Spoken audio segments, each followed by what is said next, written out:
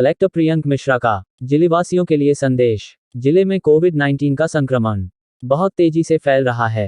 हमें इस संक्रमण की चेन को तोड़ना है। सभी कोरोना कर्फ्यू में अपना योगदान दें। अगले 10 दिवस बहुत महत्वपूर्ण हैं। हमें अगले 10 दिनों तक कोरोना कर्फ्यू का सख्ती से पालन करना होगा। कटनी जाहिद हुसैन सिद्दीकी। योगदान देना पड़ेगा। ग्रामीण क्षेत्रों में प्रत्येक ग्राम पंचायत में हर घर के बाहर, हर वार्ड के बाहर, हर गांव के बाहर हमें कोविड लक्ष्मण रेखा खींचनी पड़ेगी और सभी को यह तय करना पड़ेगा कि कोई भी गांव से बाहर ना निकले। अगले 10 दिवस हम लोगों के लिए बड़े महत्वपूर्ण हैं। पूरी तरीके से हमें पाबंद रहना है और किसी को भी घर से बाहर निकलने नहीं देना है। केवल उन लोगों को जिन लोगों का स्वास्थ्य नहीं ठीक है, टीकाकरण के लिए जाना है या अति आवश्यक कार्य हैं, उसमें भी एक दूसरे को रोके टोके 10 दिन घरों में रहें। बहुत विकट समस्या आने से हमें अपने जिले को बचाना है। नगरीय क्षेत्रों में भी, वार्ड में, मोहल्लों में हमें यह तय करना पड़ेगा कि केवल ऐसे लोग जिनको टीका लग चुका है, जिनकी इम्यूनिटी बन चुकी है या जो कोरोना से स्वस्थ होकर ठीक हो चुके हैं, जिनकी शरीर अब फिर से जिनको कोरोना नहीं हो सकता है, उनको हम सब्जी लेने बाहर भेजें। वो भी घर के बाहर भेजें, बाजार में ना भेजें। हाथ ठेले के माध्यम से गली गली सब्जी हमें व्यवस्था नगर निगम के द्वारा की जा रही है और उसी का उपयोग करें। किसी भी स्थिति में अपने घर से बाहर निकलते समय ये सोचें कि आपके द्वारा ये जो कार्य किया जा रहा है, क्या वो आपके परिवार के हित में है, क्या आपके आस पड़ोस के हित में है, क्या आपके स्वयं के हित में है। ये बहुत कठिन समय है और कोई भी कर्फ्यू तब तक लागू नहीं किया जा सकता जब तक कि उसमें जनता का पूर्ण सहयोग न हो। इसके अतिरिक्त जिले में कल से बहुत कड़ाई से जनता कर्फ्यू का पालन किया जाएगा।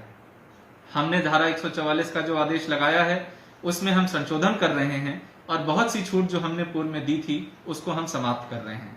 मैं समझता हूं कि इन छूटों को समाप्त करने से हमारे जीवन में कुछ कठिनाई आएगी, लेकिन वो हमारे स्वास्थ्य से ज्यादा महत्वपूर्ण नहीं है। इसलिए आप सभी लोग सहयोग करें, अन्यथा कल से प्रशासन और पुलिस मिलकर कड़े कदम उठाएगी और ऐसे लोगों के विरुद्ध कड़ी कार्रवाई करेगी जो लोग बिना बात के अति आवश्यक कार्य ना होने पर भी घरों से बाहर निकल रहे हैं।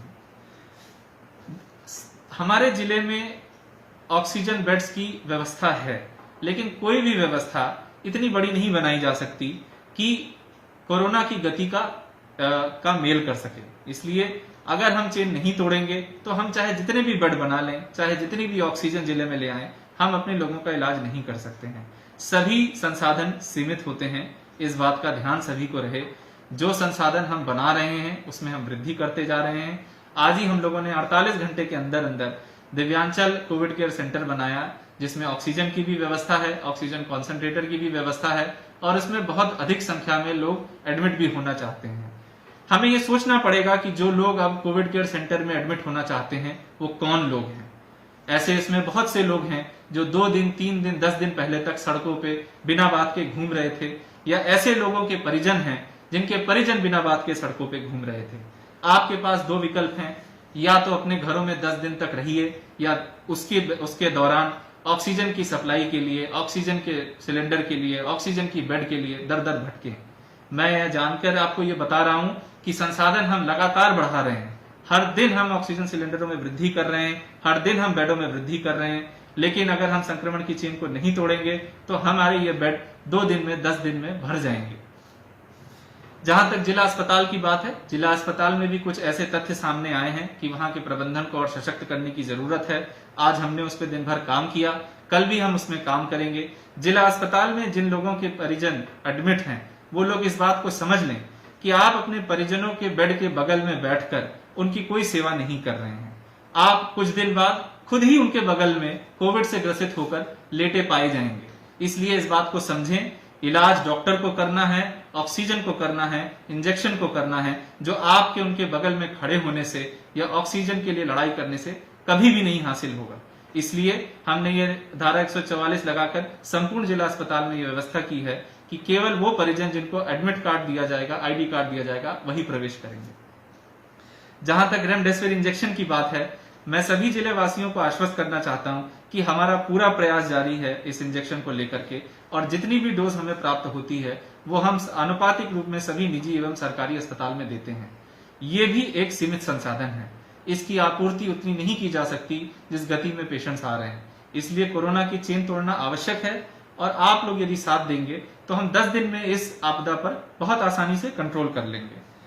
ऐसे भी बहुत से कोविड पॉजिटिव पेशेंट्स हैं जो जानते हैं कि वो पॉजिटिव हैं, लेकिन वो और उनके परिवारजन बिल्कुल भी इस बात का ध्यान नहीं रख रहे हैं कि उन्हें घरों में बंद रहना है, उन्हें घरों से बाहर नहीं निकलना है। हमने ये निर्णय लिया है कि ऐसे जितने भी हमारे पेशेंट्स हैं उनको अब हम संस्थागत क्वारंटाइन करना शुरू करेंगे। जिनके अंदर डिसिप्लिन की कमी है, जिनको घरों में नहीं रखा जा सकता या उनके घरों में जगह नहीं है, कल से हम उन ऐसे पेशेंट्स को उनके घरों से हटा करके संस्थागत क्वारंटाइन की जगहों पर रखेंगे। ये इसलिए आवश्यक है कि आप लोग बाकी लोगों को ये संक्रमण ना फैलाएं। कोविड टेस्टिंग की जहां तक बात है, मैं ये सभी को बताना चाहता हूं कि हमारे जिले की कोविड टेस्टिंग सीमित है। कोई भी जिले की कोविड टेस्टिंग उतनी ही निर्धारित है जितनी शासन से की गई है। ऐसे पेशेंट्स जिनके घर में लोग पॉजिटिव निकले हैं बट उनको कोई सिम्टम नहीं है, वो कृपया करके घरों में रहें, अपने स्वास्थ्य पे नजर रखें, अपने परिवारजन के स्वास्थ्य में नजर रहें, आइसोलेट रहें। तत्काल कोविड की टेस्टिंग कराने से बचें, क्योंकि आप जब लाइन में लग रहे हैं तो आप अपने को और एक्सपोज कर रहे हैं। बशर्ते इसके अच्छा ये होगा कि यदि आपको किसी प्रकार के सिम्टम नहीं है तो आप अपने घरों में रहें और कंट्रोल रूम आपको कॉल करेगा। यदि आपको लगता है कि आपको किसी प्रकार के सिम्टम आ रहे हैं तो हम तत्काल आपको ऑनलाइन टोकन जारी करके आपका इलाज कराएंगे। हमारे लिए बहुत जरूरी है कि हम ऐसे लोगों की टेस्टिंग पहले कराएं जिनको स्वास्थ्य की ज्यादा गंभीर संभावनाएं हो सकती हैं। मैं समझता हूं कि यदि मेरे द्वारा बताई गई चीजों का सभी जिलेवासी अनुकरण करें तो बहुत ही जल्दी हम कोरोना से विजय हासिल करेंगे। आप सभी लोगों को बहुत बहुत धन्यवाद। जय हिंद भारत।